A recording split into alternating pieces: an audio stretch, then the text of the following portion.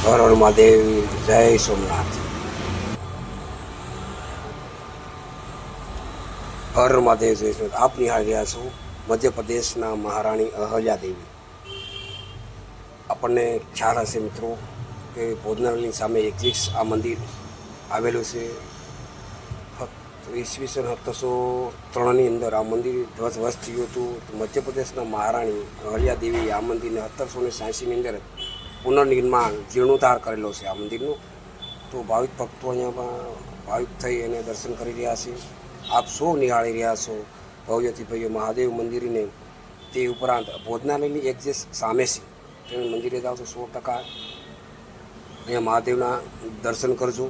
100%ની નોંધ પણ લેજો. અહલ્યા દેવીએ પુનર્નિર્માણ ફક્ત ઈસવીસન 1786 એટલે કે 300 થી 350 વર્ષ પૂર્વે અહીંયા મંદિરનું નવું નિર્માણ કરેલું છે. ભાવિક ભક્તોએ દૂરથી જળાભિષેક પણ કરી રહ્યા છે. તે ઉપરાંત અહીંયા ભાવિક ભક્તો જોઈ રહ્યા છો શિવની આરાધના પૂજા અર્ચના પણ કરી રહ્યા છે. સોમનાથ જાઓ તો ચોક્કસપણે એકવાર તમે આ મંદિરની મુલાકાત કરજો. 350-400 પુરાણું છે.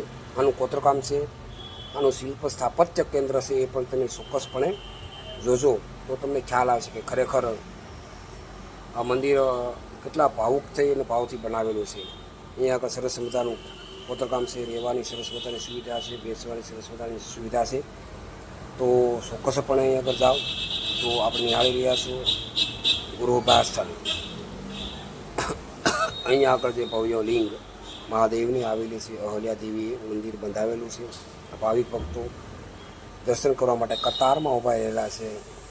આ 350 વર્ષ પૂર્વેનું બાંધકામ છે. આપ જોઈ રહ્યા છો સરસ મજાનું શિલ્પ સ્થાપત્ય જે કળા છે, સરસ મજાનું એ ભવ્ય મંદિર છે.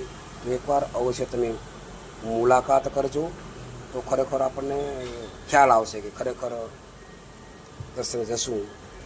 ભોજનાલયની એકદમ એક્ઝિટ સામે છે.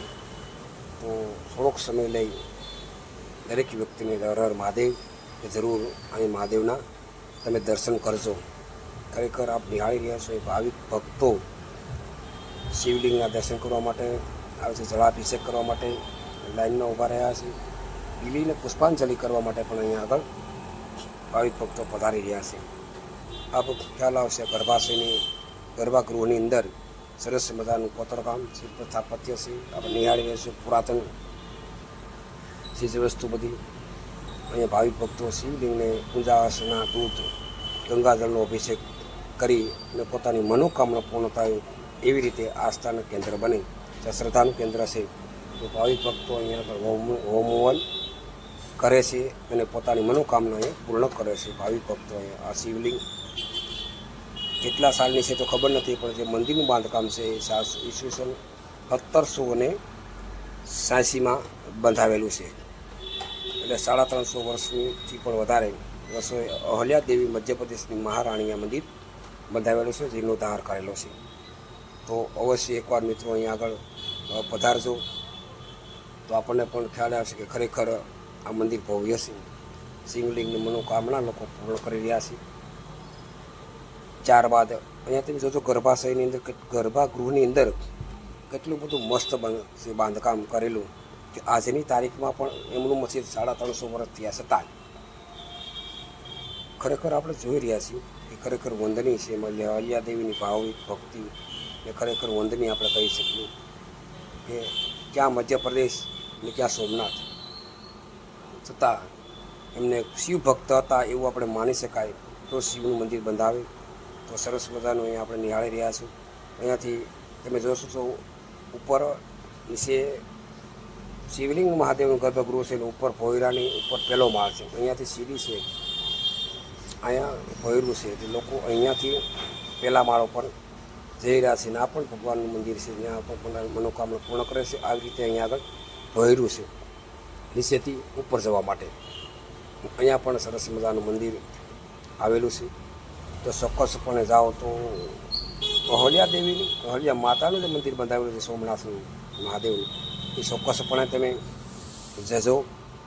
અને ખરેખર આનંદદાયક છે, આહ્લાદક વાતાવરણ છે. તો મંદિર આ પહેલા માળે ભાવિક ભક્તો આવી રહ્યા છે. અહીંયાનું શિલ્પ સ્થાપત્ય તમે નિહાળી રહ્યા છો. તો આ 400 વર્ષ પુરાણું મંદિર છે. અહીંયા આગળ પહેલા માળાથી નીચે ધીરે ધીરે લોકો ઉતરી રહ્યા છે. અહીંયા તમે જોજો બાંધકામ અને સ્વચ્છાઈ, અહીંયાના જે ટ્રસ્ટીગણો છે તેમને પણ વંદનીય કે સરસ મજાની સાફ સ્વચ્છતા રાખી રહ્યા છે. તો અહીંયાથી લોકો નીચે વધારી રહ્યા છે. નીચે સરસ મજાનું પટાંગણ આપ જોઈ રહ્યા છો. અહલ્યા દેવીને બેસવાની પણ સારી એવી જગ્યા છે. અહીંયા અનેક ધાર્મિક પુસ્તકો પણ અહીંયા સ્ટોલ છે. એ ધાર્મિક પુસ્તકો પણ અહીંયા આગળ મળે છે. એની પણ ખાસ નોંધ લેજો. અહીંયા આગળ મોટો મોલ જ બનાવવાનો છે ધાર્મિક પુસ્તકનું.